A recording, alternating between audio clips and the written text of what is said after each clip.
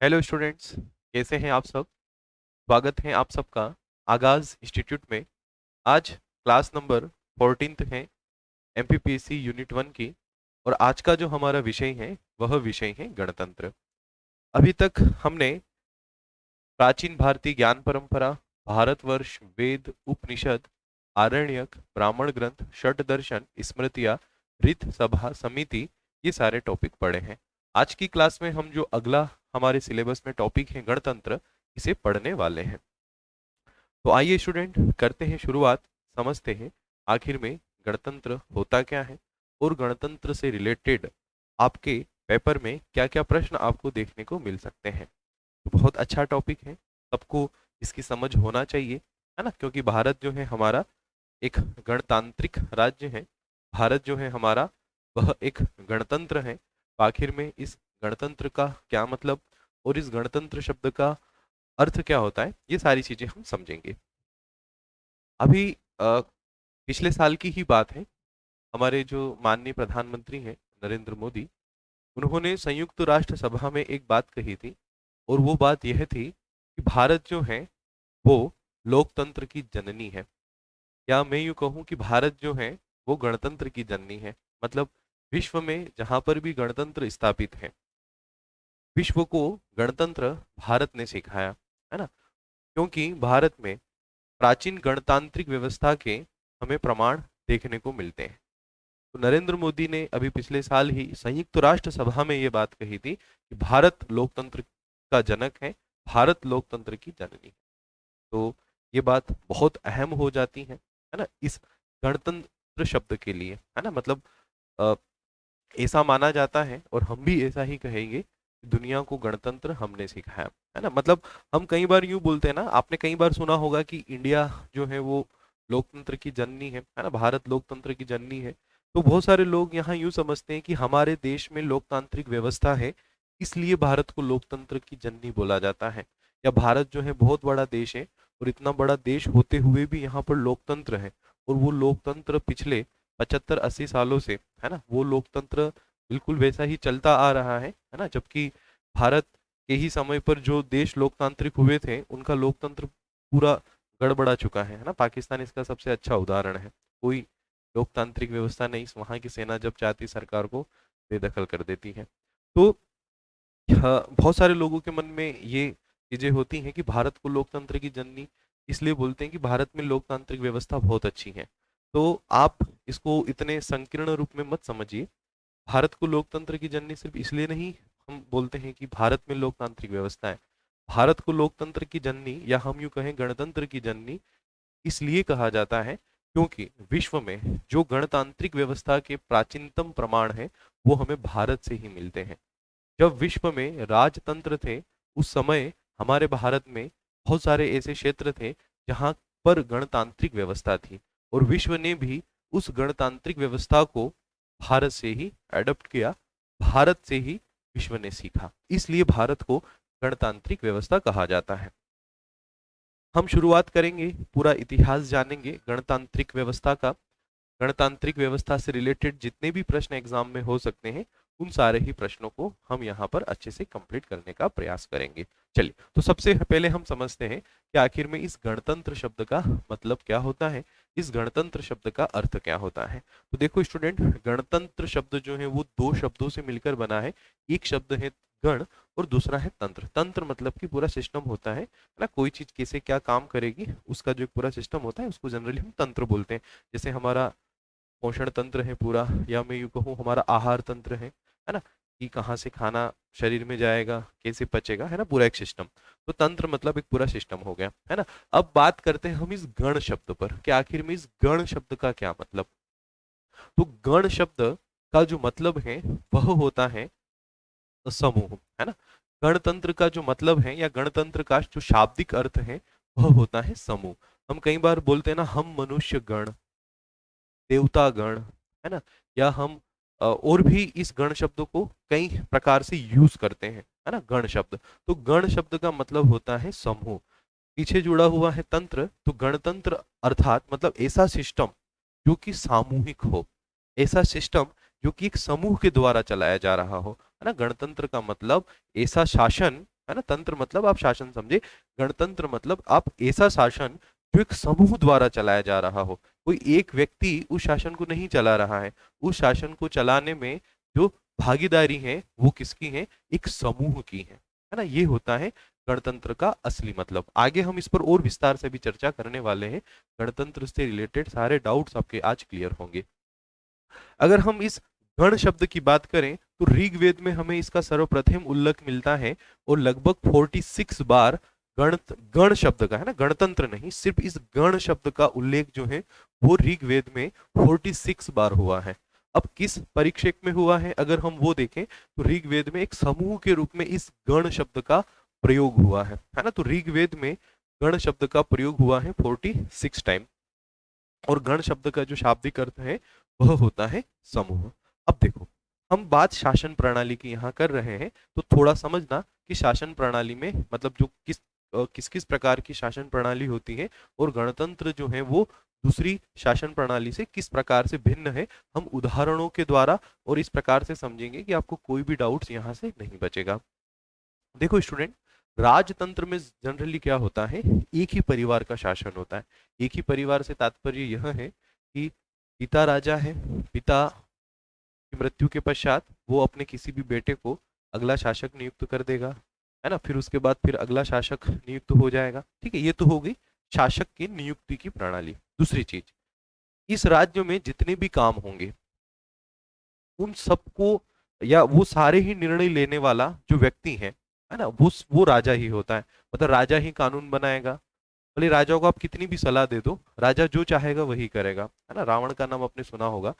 रावण को उसके सहयोगियों ने, साथियों ने, बहुत सारों ने सलाह दी, लेकिन उसने क्या किया, उसने अंततः वही किया जो उसको करना था, है ना। ऐसे इतिहास में बहुत सारे उदाहरण हैं, है ना। तो राजतंत्रात्मक व्यवस्था जो होती है वहां पर एक ही परिवार से शासक बनते हैं और वो शासक जो है वो निर्णय लेने में स्वतंत्र होते हैं, उनके ऊपर किसी का कोई दबाव नहीं होता है। मतलब वहां पर जनता जो है किसी भी प्रकार से पार्टिसिपेट नहीं करती है उस शासन में, है ना। मतलब जनता का कोई शासन नहीं होता है। शासन कुछ चुनिंदा लोगों का होता है और कुछ चुनिंदा लोग ही समस्त जनता पर शासन करते हैं, समस्त जनता के लिए कानून बनाते हैं, और जो भी कानून बनाएंगे वो जनता को मानना पड़ेगा, जनता को फॉलो करना पड़ेगा। जबकि गणतंत्र में जो कानून बनते हैं वो जनता के द्वारा बनते हैं ना। जनता के द्वारा कैसे, वो मैं भी आपको पूरी प्रोसेस समझाने वाला हूँ।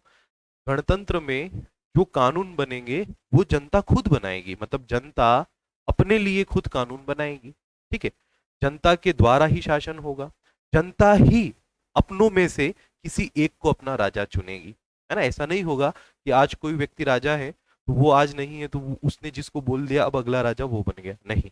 जनता खुद आम जनता में से ही अपना एक राजा चुनेगी और वो राजा बनेगा, और फिर वो राजा जनता के साथ मिलकर जनता के लिए कानूनों का निर्माण करेगा और फिर पूरा सिस्टम चलेगा, फिर पूरा शासन चलेगा। तो राजतंत्र में जहां पर एक ही परिवार या हम यूं कहें कि एक ही जो वंश है उसी के उत्तराधिकारी, है ना, राजा फिर उसका बेटा फिर उसका बेटा, वो शासन करते हैं और जनता का कोई हिस्सा नहीं होता है कानूनों को बनाने में। जबकि गणतंत्र एक ऐसी प्रणाली है जहां पर जनता में से ही एक राजा चुना जाता है। वो कोई भी हो सकता है कि अभी राजा कोई ए नाम का व्यक्ति है तो अगला राजा ऐसा व्यक्ति होगा जो उस ए नाम के राजा से कहीं तक कोई संबंधित नहीं है ना। जैसे भारत में मनमोहन सिंह पूर्व प्रधानमंत्री थे। मनमोहन सिंह के पश्चात नरेंद्र मोदी अगले प्रधानमंत्री बने, कहीं से कहीं तक कोई रिलेटेड है नहीं है। नरेंद्र मोदी को किसने चुना, जनता ने चुना। मनमोहन सिंह को किसने चुना, जनता ने चुना। जनता ने कैसे चुना, जनता ने प्रतिनिधि चुने और उन प्रतिनिधियों ने प्रधानमंत्री चुना, है ना। या हम राष्ट्रपति की भी बात कर ले तो जनता प्रतिनिधि चुनती है और वो प्रतिनिधि राष्ट्रपति चुनते हैं। मतलब कहीं ना कहीं डायरेक्ट या इनडायरेक्ट जनता का रोल तो है, लेकिन राजतंत्र प्रणाली में जनता का कोई रोल नहीं होता। महाराजा कौन होगा वो स्वयं राजा ही तय करेगा कि अब अगला राजा कौन होगा, है ना। ये थोड़ा डिफरेंस आपको समझ कर चलना है गणतंत्र और राजतंत्र में।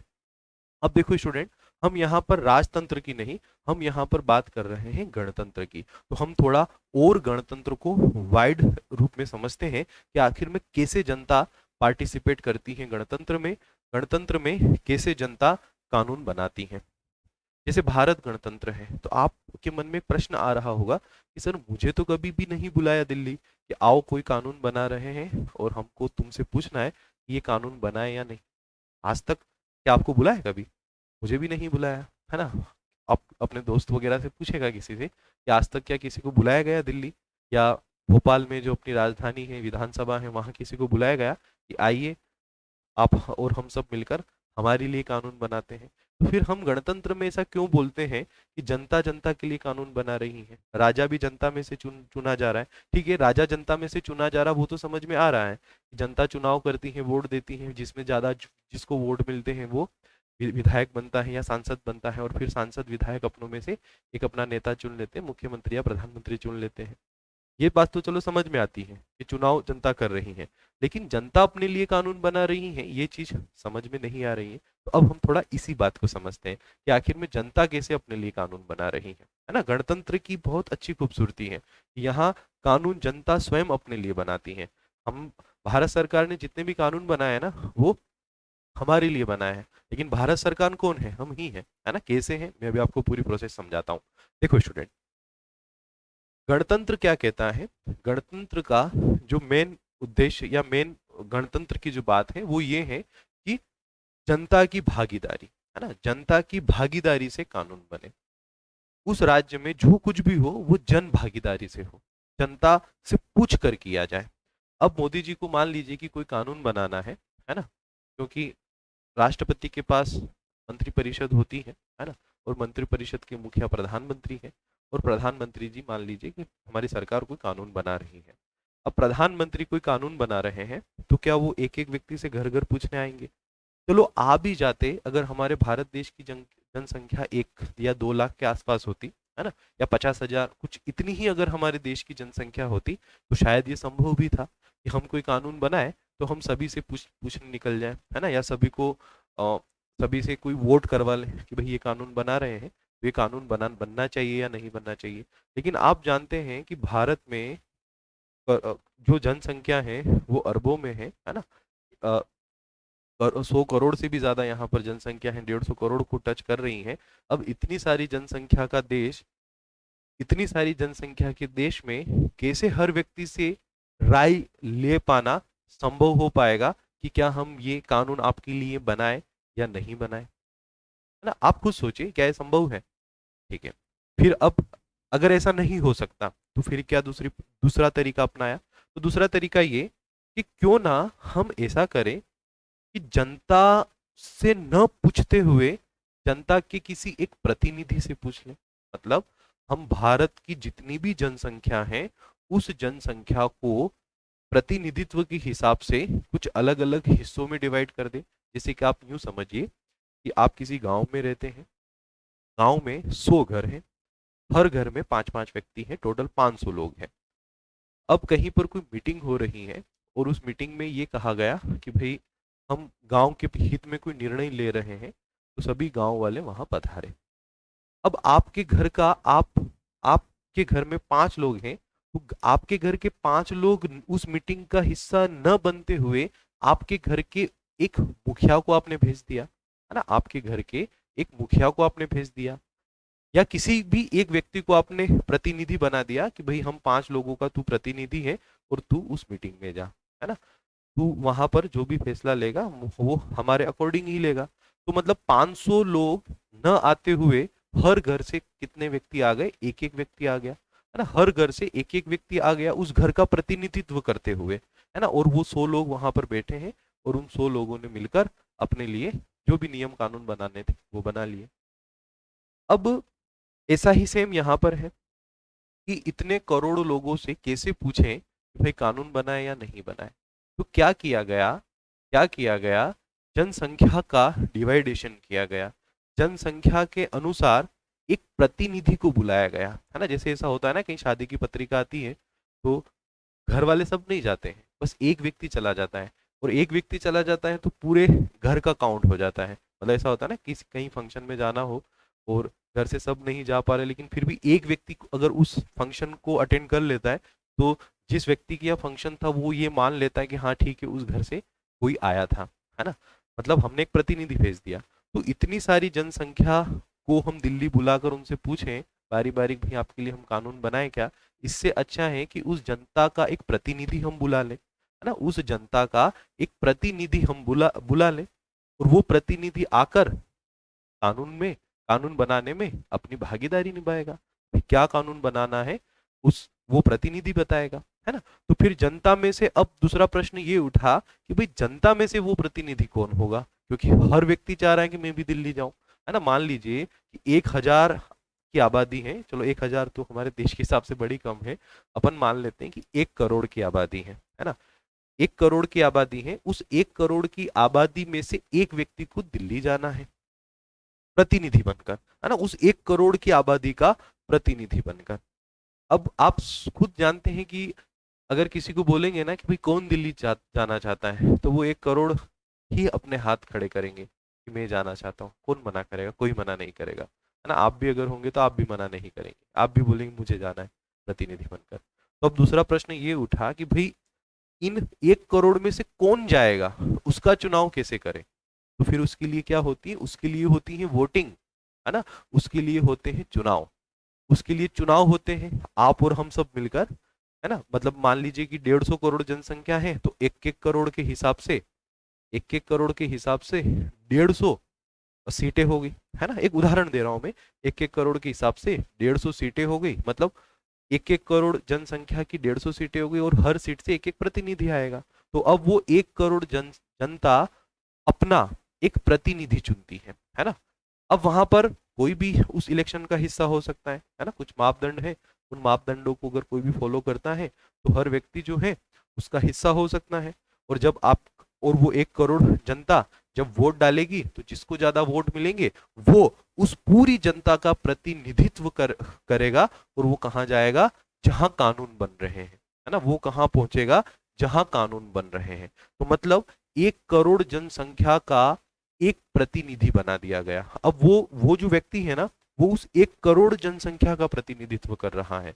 वैसे ही हर क्षेत्र से एक एक प्रतिनिधि चुनकर आएगा, और वो सारे प्रतिनिधि दिल्ली जाएंगे, और दिल्ली जाकर एक हॉल में बैठेंगे, है ना, और उस हॉल में बैठकर वहां पर हमारे लिए कानून बनाने पर चर्चा होगी कि भाई हम ये कानून बना रहे हैं।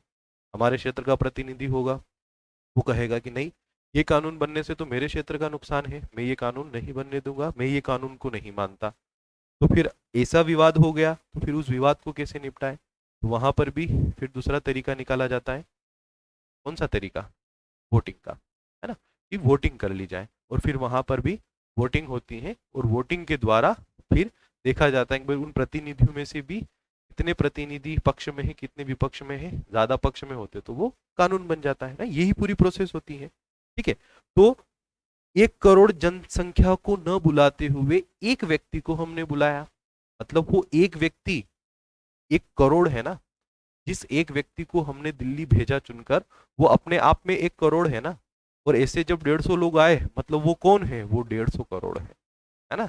जो 150 लोग उस कानून को बनाने के लिए पहुंचे, वो 150 अपने आप में कौन है, वो 150 अपने आप में 150 करोड़ है। मतलब वहां 150 लोग नहीं बैठे हैं, वहां 150 करोड़ लोग बैठे हैं, और वो 150 करोड़ लोग अपने लिए कानून बना रहे हैं। तो यही है गणतंत्र की खूबसूरती, कि जहां पर कानून जनता अपने लिए स्वयं बनाती है। तो हमारा प्रतिनिधि जा रहा है ना दिल्ली, है ना, और हमारा प्रतिनिधि दिल्ली जाकर कानून बनाने में क्या कर रहा है, मदद कर रहा है, या कानून हमारे लिए बना रहा है, और वो सब मिलकर क्या करते हैं, कानून बनाते हैं। ये व्यवस्था है, ये है गणतंत्र की खूबसूरती।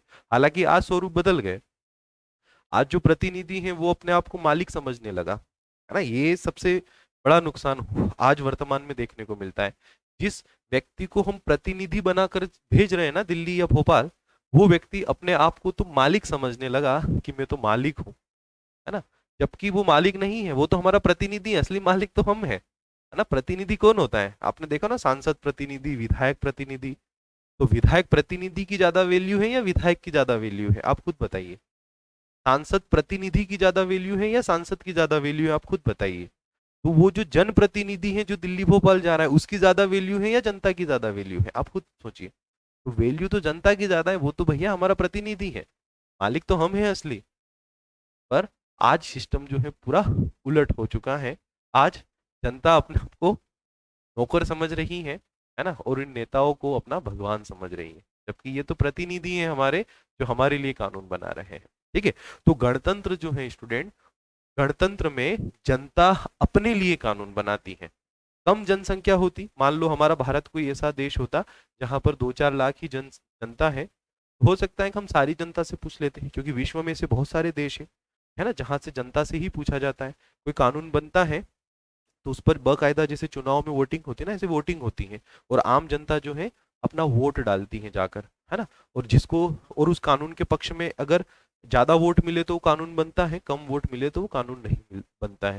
लेकिन आप जानते हैं कि अगर हम ऐसी वोटिंग करवाने लगे जनता से, तो एक इलेक्शन करवाने में भी 3 महीने हमें लग जाते हैं। तो अगर ऐसे कानून बनाएंगे तो एक कानून बनाने में 2 महीने 3 महीने लग रहे हैं, तो फिर तो आप सोच सकते हो कि कैसे देश में दूसरे काम होंगे। सिर्फ कानूनों पर वोटिंग वोटिंग ही पूरा समय जो है वो निकल जाएगा, और कितना पैसा समय सब कुछ बर्बाद होगा, है ना। तो इसलिए हमने ये तरीका अपनाया कि हमने सारी जनता को न बुलाते हुए हमने प्रतिनिधि बुला लिया, कि भाई ये प्रतिनिधि है, ये अपने आप में 100 करोड़ है ना, ये अपने, ये 150 प्रतिनिधि है तो ये अपने आप में 150 करोड़ है ना। तो गणतंत्र वो व्यवस्था है ना, जिसमें कानूनों को बनाने में जनता की भागीदारी होती है, जनता अपने लिए कानूनों को बनाती है ना, वो होता है गणतंत्र, उसे कहते हैं गणतंत्र। जबकि राजतंत्र में ऐसा नहीं होता है। राजतंत्र में राजा के पास ही सब कुछ पावर होती है, वो चाहे वो कानून बनाए, जनता का राजतंत्र की व्यवस्था में जनता का रोल नहीं होता, है ना। गणतंत्र की यही खूबसूरती है।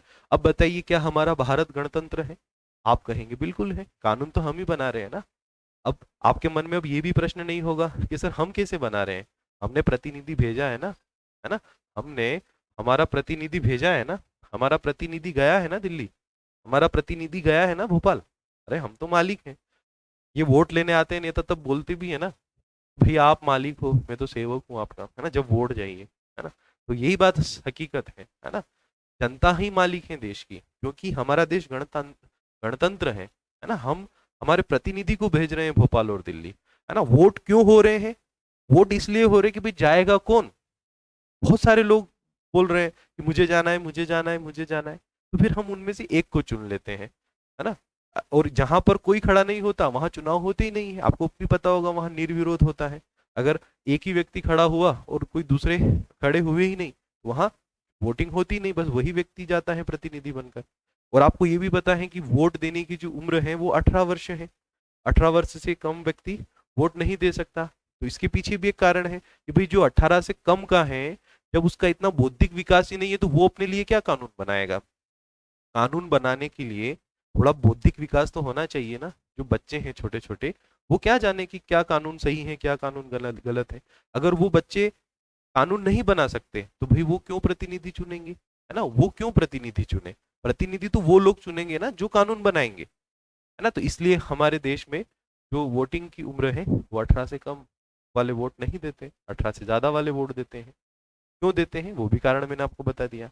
उनको क्या समझ कानूनों की, है ना, बच्चे हैं वो। ठीक है, चलिए, तो ये सारी चीजें मैंने आपको बताई, समझाई कि आखिर में गणतंत्र जो है वो क्या होता है, और आशा करता हूं आप अच्छे से समझे भी होंगे, है ना। गणतांत्रिक व्यवस्था क्या होती है, गणतंत्र में कैसे जनता अपने लिए कानूनों को बनाती है, ये सारा ही आपने अच्छे से क्लियर किया होगा, ये सारा ही आपने समझा होगा। ठीक है स्टूडेंट, चलिए, तो अब हम बढ़ते हैं आगे, कुछ और चीजें गणतंत्र के बारे में समझते हैं। देखो स्टूडेंट, अब जो परीक्षा में फैक्ट एग्जामिनर आपसे पूछेगा, है ना, जो फैक्ट एग्जाम में आपसे पूछे जाएंगे, अब थोड़ा उन फैक्ट्स पर ध्यान दो। विश्व का सबसे प्राचीनतम गणतंत्र जो है वो वैशाली को माना जाता है ना, कि वैशाली जो है ना, वो विश्व का सबसे प्राचीनतम गणतंत्र है। एग्जाम में यही प्रश्न आता है, विश्व का सबसे प्राचीनतम गणतंत्र या गणतांत्रिक राज्य किसको माना जाता है? तो वो माना जाता है वैशाली गणतंत्र को, है ना। वैशाली को विश्व का सबसे प्राचीनतम गणतंत्र माना जाता है, जो लगभग 6ठी शताब्दी ईसा पूर्व था। हो सकता है कि इससे भी पहले भारत में गणतंत्र थे, बहुत सारी किताबों में इस टाइप के उल्लेख भी हैं, लेकिन प्रमाणों की कमी के कारण हम वैशाली को सबसे प्राचीन मानते हैं। लेकिन विश्व में वैशाली से प्राचीन और किसी के भी प्रमाण नहीं मिले हैं। वैशाली ही विश्व में सबसे प्राचीनतम गणतंत्र है, और वैशाली की ही विश्व में सबसे प्राचीनतम गणतंत्र होने के प्रमाण मिले हैं। भारत में इससे भी प्राचीनतम गणतंत्र थे, ये बात हमें पता है, परंतु उनके प्रमाण मौजूद नहीं है ना, कि हम उन बातों को सही सिद्ध कर सके, है ना। लेकिन वैशाली के बिल्कुल प्रमाण मौजूद हैं, क्योंकि बहुत सारे ग्रंथों में स्पष्ट इसके विषय में लिखा लिखा हुआ है। एक बौद्ध ग्रंथ है जिसका नाम है महानिबन्ना, है ना। महानिबाना सुत करके एक बौद्ध ग्रंथ है, तथा एक और ग्रंथ है औदान शतक। ये दोनों ही ग्रंथ भी इस बात का उल्लेख करते हैं कि हमारे भारत में गणतंत्र थे।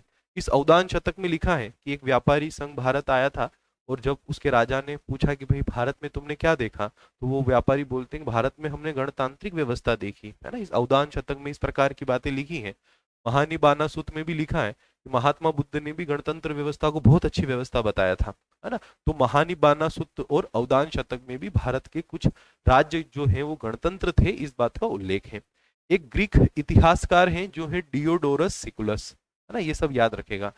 डियोडोरस सिकुलस ने ये बताया कि जब सिकंदर ने भारत पर आक्रमण किया था, तो उस समय कुछ उत्तर पश्चिमी भारत के बहुत सारे क्षेत्र ऐसे थे जहां पर गणतांत्रिक व्यवस्था थी, है ना, जहां पर गणतंत्र मौजूद थे, है ना, जहां पर समूह शासन करता था, एक व्यक्ति शासन नहीं करता था, समूह शासन करता था। आज हमारे देश में भी समूह शासन कर रहा है, जनता खुद शासन कर रही है, लेकिन इतनी सारी जनता कैसे शासन कर सकती है, तो जनता अपना प्रतिनिधि बनाती है, फिर वो प्रतिनिधि भी अपने में से एक को अपना नेता चुनते हैं, और वही नेता प्रधानमंत्री है ना। प्रधानमंत्री जो है वो उन प्रतिनिधियों का नेता है ना, और वो प्रधानमंत्री जो है या राष्ट्रपति जो है वो देश को चला रहा है, लेकिन ये सब हमारे प्रतिनिधि है, असली मालिक तो हम है ना। आज भी शासन समूह ही कर रहा है, ठीक है।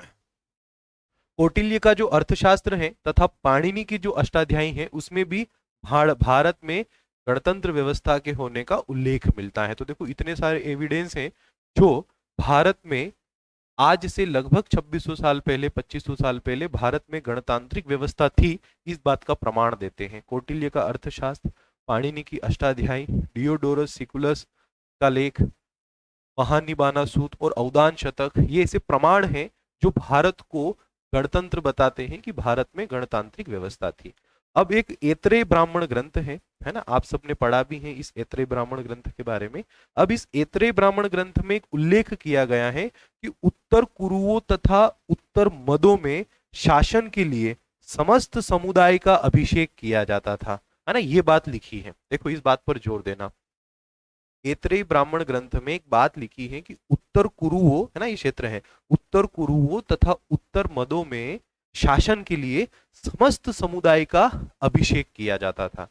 तो एक विद्वान है, इतिहासकार हैं श्री काशी प्रसाद जायसवाल, जो इस कथन को गणतंत्र व्यवस्था का प्रमाण मानते हैं।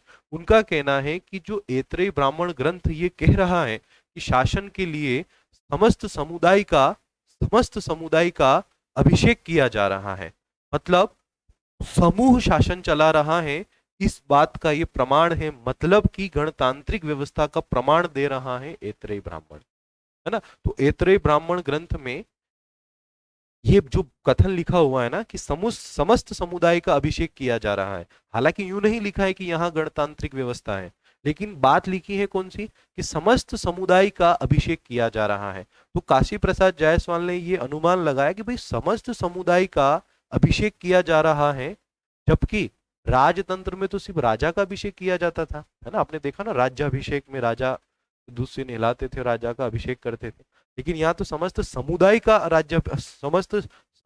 अभिषेक किया जा रहा, मतलब समुदाय मिलकर शासन चला रहा है, और जहां समुदाय मिलकर शासन चलाए वही तो गणतांत्रिक व्यवस्था है। तो काशी प्रसाद जायसवाल इसे गणतंत्र का प्रमाण मानते हैं। जो ग्रीक राजदूत थे मैगस्थनीज, है ना, जो भारत आए थे, मैगस्थनीज ने भी शुदक, मालव और शिवी, इन गणराज्यों का उल्लेख अपनी पुस्तक इंडिका में किया है ना। मैगस्थनीज भी इंडिका में शुदक, मालव और शिवी, ये कुछ नाम बताता है कि भारत में ये गणतंत्र थे। मतलब इन इतने सारे प्रमाणों से ये बात पता चलती है कि भारत में आज से लगभग 2500 साल पहले गणतांत्रिक व्यवस्था थी और विश्व में ये सबसे पुराने प्रमाण हैं, क्योंकि विश्व में और कहीं पर भी गणतंत्र या गणतांत्रिक व्यवस्था के जो प्रमाण मिलते हैं वो सब इससे बाद के ही मिलते हैं। इसीलिए तो मोदी जी ने पिछले साल संयुक्त राष्ट्र महासभा में कहा था कि भारत गणतंत्र की जननी है, भारत लोकतंत्र की जननी है। ठीक है स्टूडेंट, तो ये हमारा गणतंत्र और उस गणतंत्र से रिलेटेड बहुत सारे एविडेंस कि भारत में गणतंत्र व्यवस्था थी, भारत में गणतंत्र थे। महात्मा बुद्ध के समय अर्थात की 6ठी शताब्दी ईसा पूर्व भारत में 10 गणतंत्रों का अस्तित्व था। ये बात हमें पता चलती है कि महात्मा बुद्ध का जो कार्यकाल रहा, महात्मा बुद्ध जब इस धरती पर थे, महात्मा बुद्ध के समय 6ठी शताब्दी ईसा पूर्व जो महाजनपद काल था ना, उस महाजनपद काल के जस्ट बाद या उस महाजनपद काल के पैरेलल भारत में 10 ऐसे राज्य थे जहां पर गणतांत्रिक व्यवस्था थी। और वो 10 राज्य थे, ये आप बोर्ड पर देख सकते हो। कपिल वस्तु के शाक्य, रामग्राम के कोलीय, पिपलीवन के मौर्य, पावा के मल्ल, कुशीनारा के मल्ल, अल्प के बुली, लिच्छवी, मिथिला के विधेय, शंशुमार पर्वत के मग और केशपुरा के कलाम, ये 10 ऐसे राज्य थे जहां पर गणतांत्रिक व्यवस्था थी। और ये सब ये जितने भी 10 राज्य हैं ना, ये 2 संघों में थे। ये जो कुशीनारा के मल, सॉरी, ये जो कुशीनारा के मल और पावा के मल है ना, इनका एक संघ था जो था मल्ल संघ, है ना। ये संघ में इसलिए थे ताकि छोटे छोटे गणराज्य थे, तो जो राजतंत्र या बड़े राज्य हैं वो इन पर आक्रमण करे तो छोटा राज्य होगा तो आसानी से उसको हरा दिया जाएगा। तो ये अपना एक समूह बना लेते थे ताकि कोई भी अगर बाहरी राज्य इन पर आक्रमण करे तो ये उससे समूह में लड़े, और जब समूह में लड़ेंगे तो समूह में तो शक्ति होती है ना, तो ये उसे आसानी से हरा पाए। तो इन 2 का अपना एक संघ था, मल्ल संघ, और इन 8 राज्यों का अपना संघ था, और इस संघ का नाम था वज्जी संघ, है ना। जैसे आज भारत भी एक संघ है ना, भारत भी कुछ राज्यों का एक संघ है ना। तो उसी प्रकार से ये 8 राज्य मिलकर एक संघ बनाते थे और उस संघ का नाम था वज्जी संघ। जैसे आज भारत क्या है, भारत क्या है, कोई एक राज्य है? आप कहेंगे नहीं, भारत राज्यों का संघ है।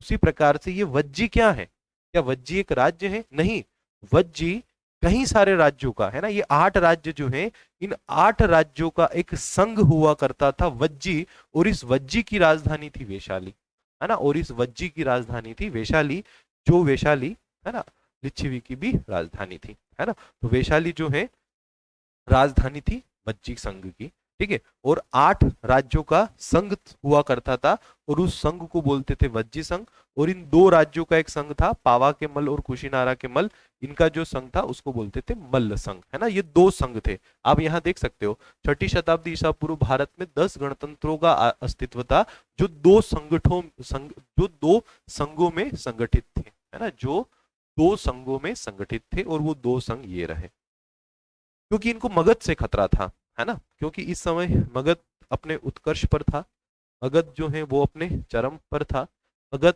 निरंतर अपना साम्राज्य का विस्तार कर रहा था। तो मगध से सुरक्षा के लिए इन राज्यों ने क्या किया था, अपना संघ बना लिया था। इन राज्यों ने अपना एक संघ बना लिया था ताकि मगध का सामना किया जा सके, ठीक है। तो ये 10 गणतंत्र थे, है ना, जो कि 2 संघों में थे। अब देखो एक बात और मैं आपको बताता हूं यहाँ पर, है ना, कुछ इंपॉर्टेंट है। देखो इन 10 संघों की यदि हम बात करें तो ये कपिल वस्तु के शाक्य जो थे ना, ये महात्मा बुद्ध का राज्य था, है ना। महात्मा बुद्ध जो थे वो कपिल वस्तु के जो शाक्य थे ना, शाक्य वंश में ही उनका जन्म हुआ था। रामग्राम के जो कोली थे, तो ये महात्मा बुद्ध की जो पत्नी थी यशोधरा, है ना, तो वो यशोधरा इसी गणतंत्र की थी, है ना। ये जो कोली गणतंत्र है यहीं की थी यशोधरा। अब ये जो पिपली वन के मौर्य है, तो माना जाता है कि जो चंद्रगुप्त मौर्य था वो पिपली वन के मौर्य क्षेत्र का गणतंत्र का ही था। पावा के मल्ल, है ना, महावीर स्वामी की मृत्यु यही हुई थी पावा में। कुशीनारा या कुशीनगर के मल्ल, जो महात्मा बुद्ध है, महात्मा बुद्ध को परिनिर्वाण यहीं पर प्राप्त हुआ था, ठीक है। ये कुछ इनके विषय में मैं आपको बता रहा हूँ। उसके बाद आता है लिच्छवी, है ना। तो लिच्छवी गणतंत्र जो था ये वज्जी संघ सॉरी लिच्छवी गणतंत्र की जो राजधानी थी वैशाली, है ना, वो वज्जी संघ की राजधानी हुआ करती थी, है ना, वो मैंने आपको बताया भी है। ठीक है। उस मतलब इन 10 में सबसे ज्यादा शक्तिशाली लिच्छवी था, है ना। इन 10 में अगर हम सबसे ज्यादा शक्तिशाली की बात करें, है ना, तो वो लिच्छवी था, है ना। लिच्छवी का जो सम्मान था वो इन 10 में सबसे ज्यादा था। ठीक है, ये आपको याद रखना है। ठीक है, इनके बारे में भी कुछ फैक्ट्स जो हैं वो मैं आपको बता रहा हूँ, कभी एग्जामिनर जो है पूछ ले तो आपको पता होना चाहिए। और ये मिथिला के विदे, है ना, तो मिथिलेश या मिथिला के बारे में आप जानते होंगे ना, देवी सीता, है ना, मिथिला ही थी, मतलब ये नेपाल के समीप वाला हिस्सा था ये मिथिला के विदे, है ना, ये भी गणतंत्र था। ठीक है, तो ये कुछ 10 गणतंत्र थे, है ना। ये पूरा महात्मा बुद्ध के समय ये भारत में 10 गणतंत्र थे, राज्य थे, है ना। और इनके 2 संघ थे, एक वज्जी संघ था और एक मल्ल संघ था, है ना। यहाँ से प्रश्न बनेगा कि कौन सा राज्य वज्जी संघ का हिस्सा था, है ना, ये पूछा जा सकता है। मल्ल संघ के बारे में नहीं पूछेगा, वज्जी संघ पूछ सकता है। या महात्मा बुद्ध किस संघ के थे, है ना, या कहाँ किस गणतंत्र के थे, सबसे पुराना कौन सा था, इनमें सबसे शक्तिशाली कौन सा था, वज्जी संघ कितने राज्यों का समूह था, है ना, इस टाइप के प्रश्न हो सकते हैं। आपको बिल्कुल इन प्रश्नों के लिए तैयार रहना है। अब देखो, महात्मा बुद्ध ने किसी भी गणतंत्र की सफलता के 7 कारण बताए हैं, है ना। मोस्ट इंपोर्टेंट फैक्ट बता रहा हूं। एग्जामिनर अगर पूछे कि महात्मा बुद्ध ने किसी भी गणतंत्र की सफलता के लिए कितने कारण बताए हैं, तो महात्मा बुद्ध ने गणतंत्र की सफलता के 7 कारण बताए हैं। अगर आज भारत एक गणतंत्र है तो ये 7 कारण अगर भारत में होंगे तो भारत एक बहुत अच्छा गणतंत्र होगा, है ना। कोई भी गणतंत्र अगर सफल हुआ या सफल हो रहा है तो उसके पीछे महात्मा बुद्ध ने 7 कारण बताए थे कि अगर किसी भी गणतांत्रिक व्यवस्था में ये 7 लक्षण होंगे तो वो गणतांत्रिक व्यवस्था जरूर सक्सेस होगी। अगर पाकिस्तान में गणतांत्रिक व्यवस्था सक्सेस नहीं है या अन्य किसी देश में गणतांत्रिक व्यवस्था सक्सेस नहीं हो पाई तो शायद ये 7 लक्षणों में से वहां पे कुछ लक्षण जो है वो मिस होंगे। क्या भारत में ये 7 लक्षण है वर्तमान में, देखते हैं।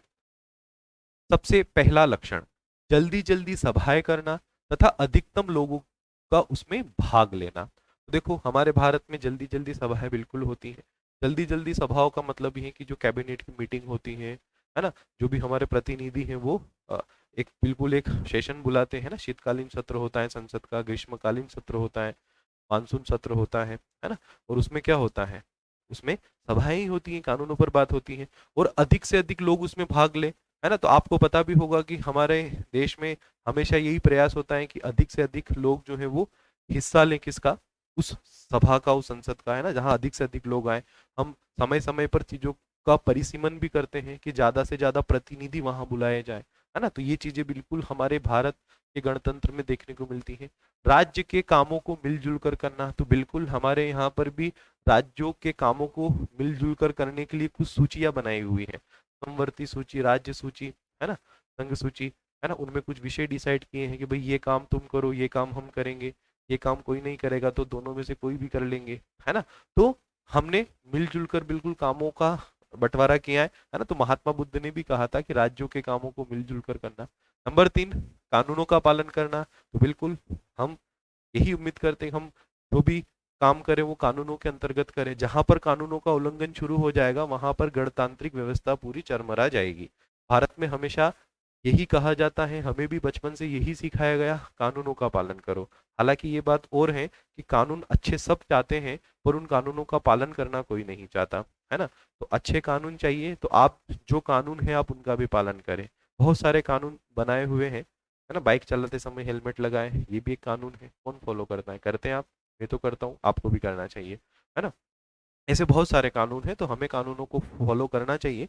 नेक्स्ट, वृद्ध व्यक्तियों के विचारों का सम्मान, ये मोस्ट इंपोर्टेंट है ना। वृद्ध व्यक्ति जो है, जो अनुभवी व्यक्ति हैं, उनके विचारों का हम सम्मान करें। क्या हमारे भारत में ऐसा है, तो आपने देखा होगा, बिल्कुल है। राज्यसभा में बहुत सारे वृद्ध व्यक्तियों को, बहुत सारे अनुभवी व्यक्तियों को, है ना, वृद्ध मतलब अनुभवी, तो राज्यसभा में अनुभवी व्यक्तियों को बुलाया जाता है, अनुभवी व्यक्ति वहां हिस्सा होते हैं, है ना। तो वृद्ध व्यक्तियों का सम्मान होना चाहिए शासन में, बिल्कुल है। महिलाओं के साथ दुर्व्यवहार नहीं करना, है ना। तो ये तो गणतंत्र हो चाहे राजतंत्र हो, ये तो सभी के लिए बुरा है है ना, महिलाओं के साथ दुर्व्यवहार नहीं करना, स्वधर्म में दृढ़ विश्वास रखना। अब देखो, स्वधर्म से तात्पर्य यहाँ यूं नहीं है कि मैं हिंदू हूं तो बस मैं मेरे धर्म में विश्वास रखूं, या मैं मुस्लिम हूं तो मैं मेरे धर्म में विश्वास रखूं, मैं बाकी धर्मों को छोटा या कम समझूं, है ना। स्वधर्म में विश्वास रखने का मतलब ये नहीं। स्वधर्म में विश्वास रखने का मतलब ये है कि मैं अगर प्रधानमंत्री हूँ तो प्रधानमंत्री होते हुए मेरा जो धर्म है, मैं वो उस धर्म के अनुसार मेरा आचरण करूं, मैं उस धर्म के अनुसार काम करूं और मैं बस उसी में विश्वास रखूं, है ना। कि एक प्रधानमंत्री होते हुए, एक राष्ट्रपति होते हुए, या एक जनता का प्रतिनिधि होते हुए मेरा धर्म क्या है ना, मैं उस धर्म के अनुसार मेरा आचरण करूं, मैं उसी में विश्वास रखूं, है ना। तो स्वधर्म में दृढ़ विश्वास रखना, अपने अपने कर्तव्यों का पालन करना, है ना। हम हमेशा बोलते हैं कि अगर हर व्यक्ति अपने अपने कर्तव्यों का पालन करने लगा तो उस दिन भारत में जो गणतांत्रिक व्यवस्था है वो और भी अपने उत्कर्ष पर होगी, है ना। जैसे मैं अगर वोटर हूँ तो वोटर अ, होते हुए भी मेरे कुछ कर्तव्य हैं कि मैं सही व्यक्ति को अपना वोट दूं, पैसों के लालच में वोट न दूं, किसी भी बहकाव में आकर वोट न दूं। अगर मैं कोई अधिकारी हूं तो मैं अपने कर्तव्यों का पालन करूं, जिस काम के लिए मुझे अधिकारी बनाया है। अधिकारी आपको इसलिए नहीं बनाया कि आप झांकीबाजी करो, है ना, आप जो है अच्छे अच्छे फोटो खींचकर फेसबुक पर डालो, आप लोगों को ये साबित करो कि मैं तुमसे श्रेष्ठ हूँ, देखो मैं अधिकारी बन गया, है ना, पूरी टशनबाजी में घूमो, लोगों को कुछ मत समझो, है ना। आजकल बहुत सारी जगह इस प्रकार की चीजें देखने को मिल रही है ना, जहाँ अधिकारी जो है वो लोगों को कीड़े मकोड़े समझ रहे हैं।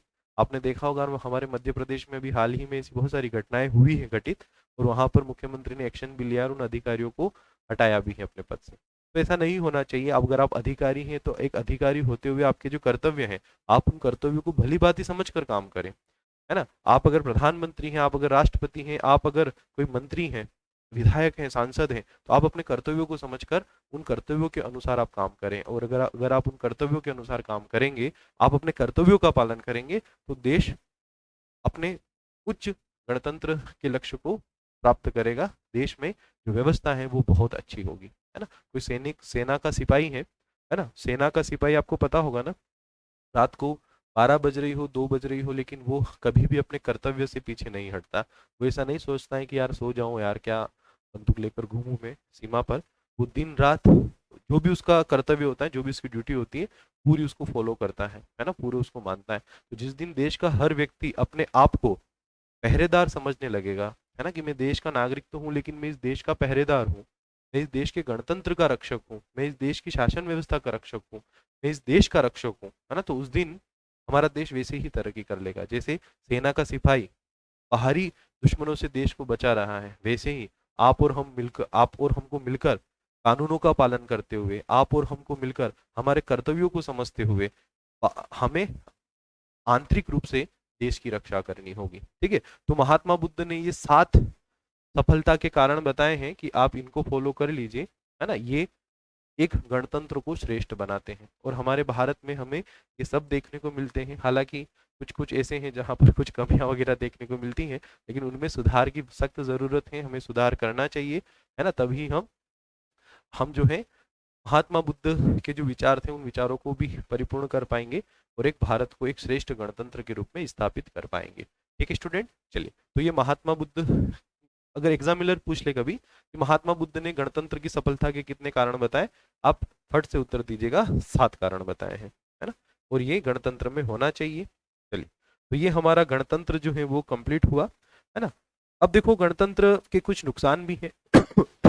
जहां पर फायदे होते हैं वहां पर नुकसान भी होते हैं, है ना। गणतंत्र के बहुत सारे नुकसान भी हैं। अगर मेंस वगैरह में पढ़ाया जाता तो वहां पर एग्जामिनर हो सकता है कि नुकसान भी पूछ लेता, है ना। लेकिन यहाँ पर जो है नुकसान आपको इसलिए नहीं पढ़ना है कि प्रीलिम्स में एक ऐसे क्वेश्चन नेगेटिव वाले एग्जामिनर नहीं पूछेगा कि गणतंत्र के नुकसान बताइए या गणतंत्र का इनमें से कौन सा नुकसान है ना। इस टाइप के प्रश्न तो नहीं होंगे, है ना। अच्छे वाले ही प्रश्न होंगे जो हमने पढ़े हैं। फिर भी मैं आपको एक समझाने के हिसाब से बता देता हूँ कि गणतंत्र के कुछ लॉसेस भी हैं, या गणतंत्र में कुछ ऐसे नुकसान भी हैं, है ना, जो हमें देखने को मिलते हैं, है ना। तो देखो, गणतंत्र का जो, अगर हम गणतंत्र के दोष देखें, उन दोषों में कई बार एकता का अभाव देखने को मिलता है ना। एकता का अभाव कैसे?